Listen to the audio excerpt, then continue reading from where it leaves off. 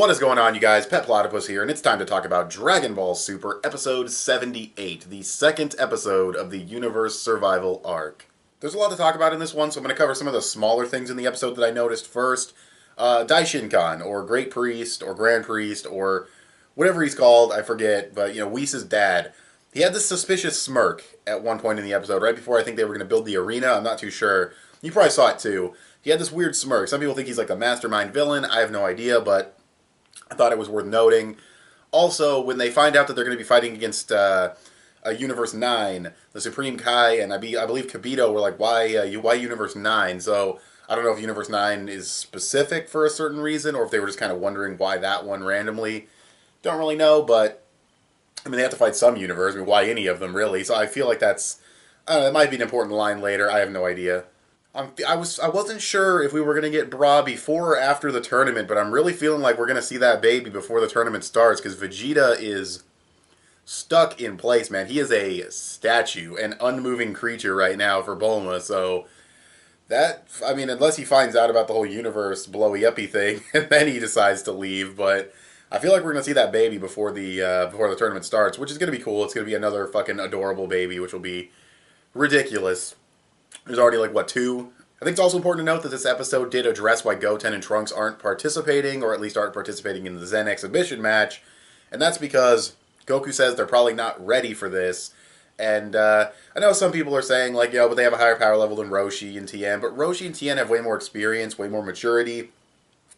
I know Geekdom in his review for the episode, he said, Goku trusted them with the defeat of Majin Buu and, like, protecting the world from them and everything, and it's like, yeah, but guess what? They fucking completely failed. That's probably why Goku is like, yeah, they're not ready for this, because they totally failed against Majin Buu, even though they completely had every opportunity to beat him, but they were like, oh no, I have no more finishing moves, and all that stupid bullshit, trapping themselves in the time chamber.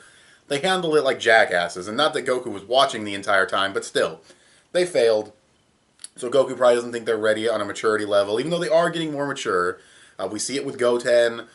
He's outgrowing things like how cool the Great Saiyaman is, and, Trunks with future Trunks and everything, but still. Alright, so that's a couple of the smaller things I wanted to address. There might be a couple of other little things I'm going to forget, but going back to the beginning of the episode, the first scene where he says, you win nothing. Oh, wait, there is one thing, though. I should probably rewatch the scene, actually, so I can properly review it, but fuck it, I'm too lazy. Maximum laziness. But anyways, they say they gathered the Super Dragon Balls with the help of Champa. Why? Because they say, what do we win, if we win the tournament? And he says nothing. But he said they have the Super Dragon Balls for a wish, so what the fuck was that? I don't really recall. Like, that was kind of weird. So yeah, I don't know. I have to watch the scene again, but I don't know why they addressed the Super Dragon Balls and then said you don't win anything for, getting first place. But your universe will be destroyed. That is now confirmed in the series.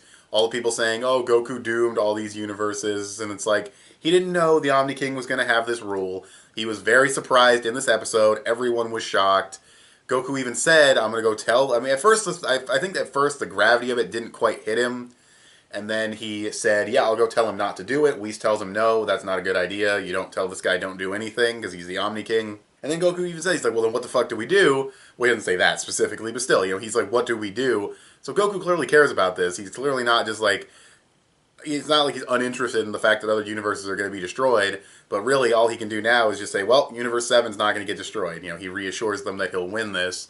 So that's cool. Then he goes to get Gohan, and Gohan, he doesn't really want to fight in the tournament, and then Goku tells him what's up with the tournament, and he's a little bit more, ready to go, kind of, because he hears this, and he gets a little bit more tensed up. He's like, are you fucking serious, the universe? And then Videl and Pan, and that kind of reinforces him, and now Gohan is in. It's going to be Gohan, and then Majin Buu walks up because it's Videl's house. They're visiting. So he goes, he gets Majin Buu in there, and Mr. Satan's there, which is so funny. And I'm so glad, because they could have so easily repeated, like, the Buu saga, where Mr. Satan is a dumbass and thinks he's dreaming, and he's calling, like, the Elder Kai a fucking old fart and shit like that. They could have done that. But I'm so glad that he's actually, like, being respectful, and he has, like, a way more of a grasp on all of these characters. Not everything's a stupid trick anymore, you know what I mean? Like, it's not just smoke and mirrors. He's actually, more in the loop with this stuff. So I like that. It's minor character development, but it's still character development nonetheless. And yeah, that's pretty much, he gets his team together. We see the wolf, coyote, and fox dude. They look so shady in that first reveal shot. It's great. And we get the little dwarf destruction universe. Blah. Oh my god. Universe 9 God of Destruction. There we go. His name is, I think it was revealed in the character art things that I actually, for the record, I saw after this episode. His name is Cedra. I'm not sure if they said that in this episode. I don't like the look of his Supreme Kai, though. I mean, he looks fine overall. Like, I don't have anything against the design too much, other than I just think he looks kind of creepy. But he clearly isn't, like, a nice guy anyway, so that's fine. We see them, and it looks like they're all going to have their own unique abilities. I didn't read too much. I've seen their character art sheets. I don't, like, read too much about them. I just know that this dude kicks because he fought Majin Buu with kicks. I think he's even called Basil the Kicker. And he's like the Sanji of Coyote people, I guess.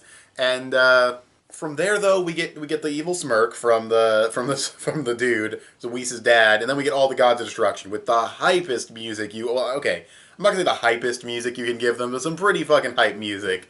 And we get good close-ups on a lot of them, so it's not just like, oh, it's the same shot from the trailer. We do get the shot from the trailer. And then we get, the evil cloaked dude, who I think they redrew. I think they redrew the evil cloaked dude next to the clown god. And a lot of people think it's the guy from the intro. It probably is, especially based on the first version of the cloaked dude. So we'll see what happens there. If they'll, like, set up a rivalry between him and Goku before the tournament starts, get that hype going. And then we see them actually fight in the tournament. We kind of anticipate that fight. That'd be really cool. So we'll have to wait and see. And Goku is fucking, like, hilarious in this scene. When he just, hi Champa, like, he just says it, like, oh, we're cool, right? And of course he gets told to shut up, which was interesting. I guess the first time the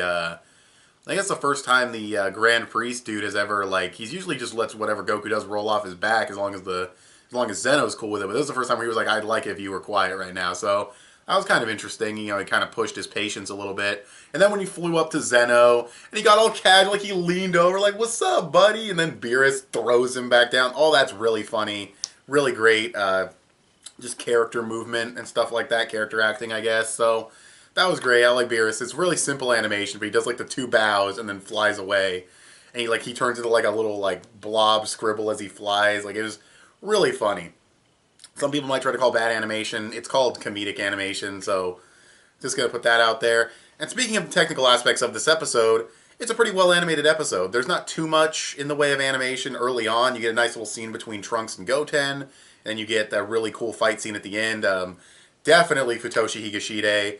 If Futoshi Higashide is the guy who handled the Goku kicks against Zamasu, because it was clearly the same animator. If you go back, you look at the kicks from the beginning of episode 66, where Goku has no arm control, so he just kicks the shit out of Zamasu. Clearly the same animator. I think it's Futoshi Higashide. He animates on, like, every single fucking episode of the series. That's why I assume it's him. And it's really cool. Seeing Boo get bounced around and everything, and he's clearly not hurt yet, and he gives that smile, so I'm curious what that's going to be about. I feel like the next episode is going to be a lot of him trying to play, and then eventually he'll have to take it seriously. Some people think he'll turn him to chocolate and eat him. I don't know if killing is allowed. They didn't really specify, so yeah, I'm not too sure if he'll actually turn him to chocolate, but we'll just have to wait and see. But yeah, cool seeing Majin Buu fight. They even had a little joke where he was asleep, which I think is like a callback to, like, the where he was asleep during the test. It's like, oh no, Buu can't fight, but then they wake him up, almost like an apology for him not fighting in that tournament, I guess you could kind of say. So yeah, and Gohan looks so weird with the gi and the glasses. I don't hate it, but it looks way weirder than you'd think it would look for some reason. Like, am I the only one? I think he looks really weird with the glasses and Goku's gi. I don't know, is it just me? But that looks so weird to me. Maybe it's the color of the rim of the glasses. I don't know, but that's the episode. Cool little fight scene at the end. Decent amount of story progression. Solid animation overall for what it needed to be, and when the fight came in, it was a little bit faster, a little bit more hard-hitting. So that was really good. Definitely looking forward to the next episode. Next episode preview looks interesting. Gods of Destruction, they all have good designs. We've seen a little bit of them before. We heard some voices, we couldn't really attach any of the voices to the one that was actually talking, because it was just sort of a panning shot, so, we'll just have to wait and see, but yeah, I don't know what's going to happen to Universe 9 either. I don't know if they're going to get destroyed after this exhibition match. I thought this exhibition match was just like a total, like, no consequence if you win or lose, just show the future Omni King. But they're the Omni Kings. You never know what they're going to do. Maybe if they are bored of Universe 9, they will destroy them, and that'll eliminate Universe 9 from the tournament. Because let's be real, we don't need to see 120 new fucking characters. I mean, if you're really disappointed that we're not going to see 100 fucking characters, like, come on, this ain't fucking Budokai Tenkaichi AG3. I think some of the tournament, I think either a lot of it's going to get montaged, or, you know, Universe 9 is going to get eliminated, like, right now, and we'll just have to wait and see. Because no Dragon Ball tournament has ever given that much attention to all of the fights, so yeah, we'll have to wait and see. I feel like there's going to be some montaging, and then it's going to get to, like, the really important universes. Or I guess I should say the most powerful universes. But this video is probably long enough. I'm going to give this episode a solid 8 out of 10. I thought it was a very good episode of Dragon Ball Super. But what did you guys think? You go ahead and tell me in the comments section below. Give this video a thumbs up and share it on social media. Both those would help me out a lot. Subscribe if you haven't already, or if you like what you've seen here. Click that little bell to get notifications of when my videos go up. I want to thank you guys for watching, and I'll talk to you guys later. Bye.